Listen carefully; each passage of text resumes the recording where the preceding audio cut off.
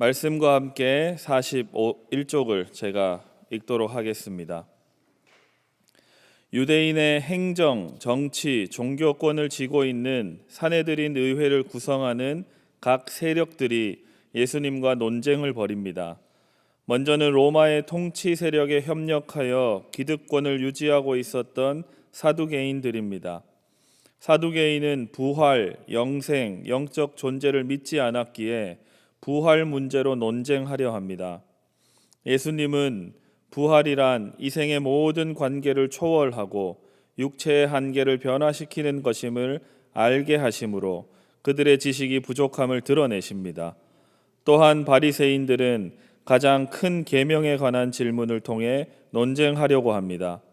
그러나 예수님은 그들의 기대를 뛰어넘는 가르침을 주십니다. 마지막으로 예수님은 그들에게 그리스도에 대해서 질문함으로써 그들의 말문을 막아버리십니다. 오늘 본문은 어제에 이어서 마태복음 22장의 후반 부분입니다. 특별히 내일 저녁 수요 성경 강해 시간에 오늘 우리가 함께 본문으로 읽었던 23절부터 33절까지 나오는 부활에 관한 논쟁, 이 이야기를 우리 서보경 목사님께서 또 전해주실 것이기 때문에 오늘은 그 다음 부분인 34절부터 마지막 46절까지의 말씀을 통해서 하나님께서 주시는 교훈 두 가지를 함께 생각해 보도록 하겠습니다. 먼저 첫 번째로는 우리가 함께 교훈으로 생각해야 할 것은 이웃 사랑을 통해서 하나님을 사랑하는 성도들이 되어야 한다라는 것입니다. 오늘 본문에 등장하는 이 바리새인과 사두개인들과 같이 당시 권력을 잡은 이 종교 지도자들은 계속해서 예수님을 시험하려 하고 이로 인해서 예수님을 위기에 빠뜨리려고 합니다. 오늘 본문의 한 율법학자가 예수님에게 이렇게 질문합니다. 율법 중에서 어떤 계명이 가장 큰 계명입니까? 라고 묻습니다. 아주 쉬워 보이는 질문처럼 여겨지는데 이 질문에 답하기 위해서는 당시에 있던 모든 율법에 관해서 통달해야 하고 또 율법의 의미와 비중을 다 꿰뚫고 있어야만이 대답할 수 있는 그런 질문입니다. 그런데 우리 예수님은 어떤 분이셨습니까? 안식일에 병든 자들을 고쳐주시기도 하시고 의도적으로 이런 안식일을 어기시면서까지 안식일의 주인이 자신임을 드러내 보이시고 나타내셨던 그런 예수님을 바로 이 율법학자 바리새인들은 질문에 빗대어서 꾸짖고 있는 겁니다. 그리고 예수님을 곤경에 빠뜨리려는 아주 교묘한 질문을 하고 있는 것입니다. 그런데 이 질문에 예수님께서는 늘 그러하신 것처럼 아주 유명한 대답을 하고 계십니다. 오늘 우리 함께 읽었던 본문인 마태복음 22장 37절, 38절 말씀을 함께 읽어보도록 하겠습니다. 같이 읽겠습니다. 시작. 예수께서 이르시되 내 마음을 다하고 목숨을 다하고 뜻을 다하여 주 너의 하나님을 사랑하라 하셨으니 이것이 크고 첫째 되는 계명이요. 아멘. 전심으로 하나님을 사랑하는 것, 그것이 가장 큰 계명이자 율법입니다. 그런데 예수님께서는 이렇게 아주 멋진 대답을 하셨지만 당시 율법 조문, 율법 조항에는 예수님이 이렇게 대답하신 조항은 없었습니다. 예수님께서는 하나님께서 모세에게 주신 율법, 그로부터 만들어진 이 유대 사회를 운행하고 있었던 모든 율례와 관습들이 가리키고 있는 의미와 가치를 한마디로 종합해 주신 것입니다. 즉 하나님을 사랑하라, 이 말씀으로부터 모든 율법이 나왔음을 예수님께서 말씀하신 것이죠. 아주 우문현답을 예수님께서 하셨습니다. 예수님의 이 말씀처럼 오늘 이 자리에 나와서 하나님 앞에 예배드리고 기도하기 위해서 나오신 성도 여러분, 하나님을 사랑하십니까? 하나님 사랑하십니까? 아멘. 하나님을 뜨겁게 사랑하시는 성도들 다 되시기를 부탁드립니다. 아멘. 그런데 여기에서 끝이 아닙니다. 곧바로 이어서 예수님께서는 이 최고의 율법에 더해서 하나가 더 있다라고 말씀하십니다. 39절 말씀입니다. 함께 읽어보도록 하겠습니다. 함께 읽습니다. 시작. 둘째도 그와 같으니 내 이웃을 내 자신같이 사랑하라 하셨으니 아멘. 너의 이웃을 사랑하는 것이 두 번째로 큰 계명이다라고 예수님 말씀하십니다. 그런데 이 구절을 자세히 보면 앞부분에 둘째도 이와 같으니라는 말이 있습니다. 무슨 말입니까?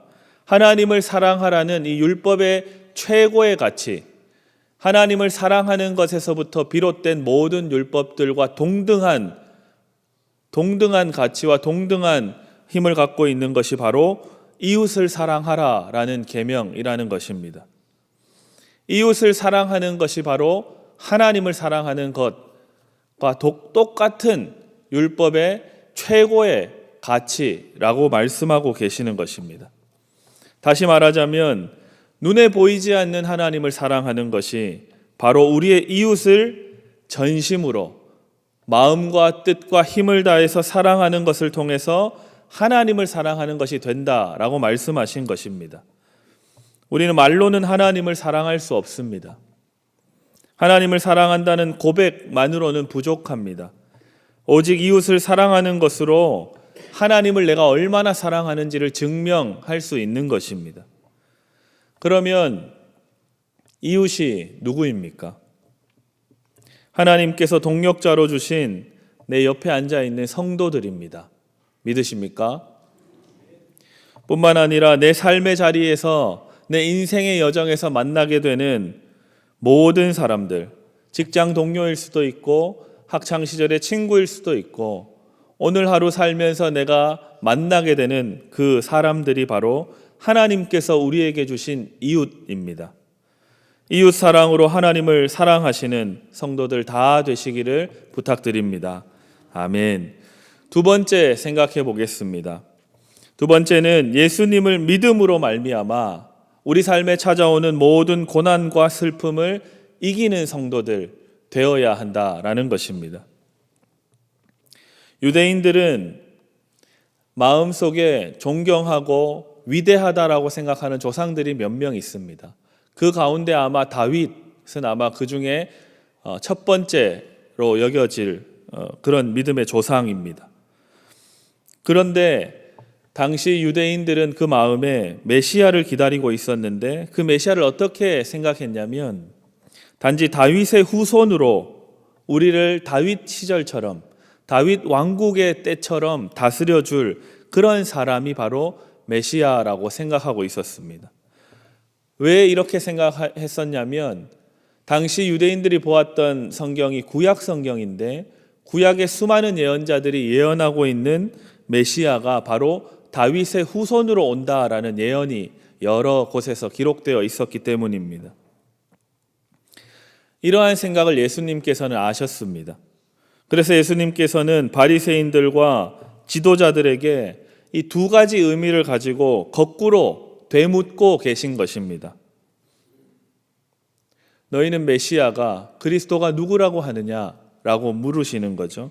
두 가지 의미가 있습니다. 첫째로는 계속해서 예수님을 대적하는 유대 지도자들에게 바로 내가 너희가 기다리는 메시아이다라는 것을 알려주기 위해서 물으시는 것이었고, 두 번째로는 그 메시아가 너희가 단순히 생각하는 로마의 압제로부터 우리를 독립시켜줄 정치적인 메시아, 다윗 때의 그 평화롭고 안락했던 남부러울 것 없었던 그 시절을 재현시켜주는 그런 메시아가 아니라 우리의 온 인생을 완전히 구원해 주실 하나님이신 메시아를 너희가 기다려야 한다라고 그 의미를 담고 묻고 계신 것입니다. 오늘 본문인 마태복음 22장 43절, 44절 이 두 절 말씀을 함께 읽어보도록 하겠습니다. 함께 읽습니다. 시작. 이르시되 그러면 다윗이 성령에 감동되어 어찌 그리스도를 주라 칭하여 말하되 주께서 내 주께 이르시되 내가 내 원수를 내 발 아래 둘 때까지 내 우편에 앉아 있으라 하셨도다 하였느냐. 아멘. 예수님은 혈통적으로는 다윗의 후손이셨습니다. 어머니 마리아와 아버지 요셉으로부터 태어난 아들이셨고 그 계보를 따라 올라가다 보면 다윗이 있습니다. 그런데 혈통적으로는 그러하지만 궁극적으로는 다윗 이전에도 계셨고 지금도 살아계시고 장차 오실 하나님이신 메시아셨습니다. 그러니 다윗의 후손으로만 살아가는 것이 아니라 다윗의 주님으로, 다윗이 그리스도라고 부를 수 있는 하나님으로 존재하고 있는 바로 자신이 하나님의 아들이고 메시아이심을 드러내고 계시는 것입니다. 그리고 하나님께서는 예수님을 자신의 보좌 우편에 앉히십니다. 방금 우리가 함께 읽었던 것처럼 내 우편에 앉아 있으라 라고 하나님께서 예수님에게 말씀하신 겁니다. 그것도 언제까지 앉아 있으시냐면 우리의 모든 원수들이 끝장날 때까지 예수님께서는 하나님과 동등한 능력과 지혜와 권세를 갖고 하나님 보좌 우편에서 오늘 우리를 위해서 싸우고 계신 것입니다. 이 말씀을 오늘 우리의 삶에 한번 적용해 보도록 하겠습니다. 우리 삶에 고난과 슬픔이 없을 수가 없습니다. 왜냐하면 하나님께서 만드신 이 세상과 피조물들이 하나님의 뜻을 떠나서 죄 가운데 있기 때문입니다. 그래서 이 죄 많은 세상에서 하나님을 믿는 성도로 살아가려면 고난과 슬픔과 어려움이 찾아올 수밖에 없는 것입니다. 이로 인해서 우리의 믿음이 약해지기도 하고 낙심이 되기도 하고 슬픔이 우리의 삶 가운데 찾아올 때도 있습니다.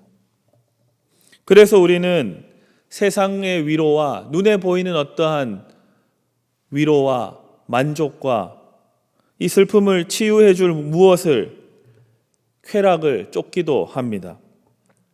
그래서 우리에게 다가오는 고생과 고난과 어려움들을 이겨보려고 여러 세상적인 것들을 찾아서 스스로를 위로해 보려고 시도하기도 합니다. 하지만 우리가 경험해 본 것처럼 세상의 방법으로는 우리 삶에 찾아오는 이 수많은 어려움과 고난을 궁극적으로 영원히 해결할 수가 없습니다. 오직 하나님이신 예수님께서는 우리의 모든 슬픔과 고난을 직접 몸소 경험하셨고 죄 많은 세상에서 우리들의 죄와 허물까지도 짊어지시고 십자가에서 돌아가셨습니다.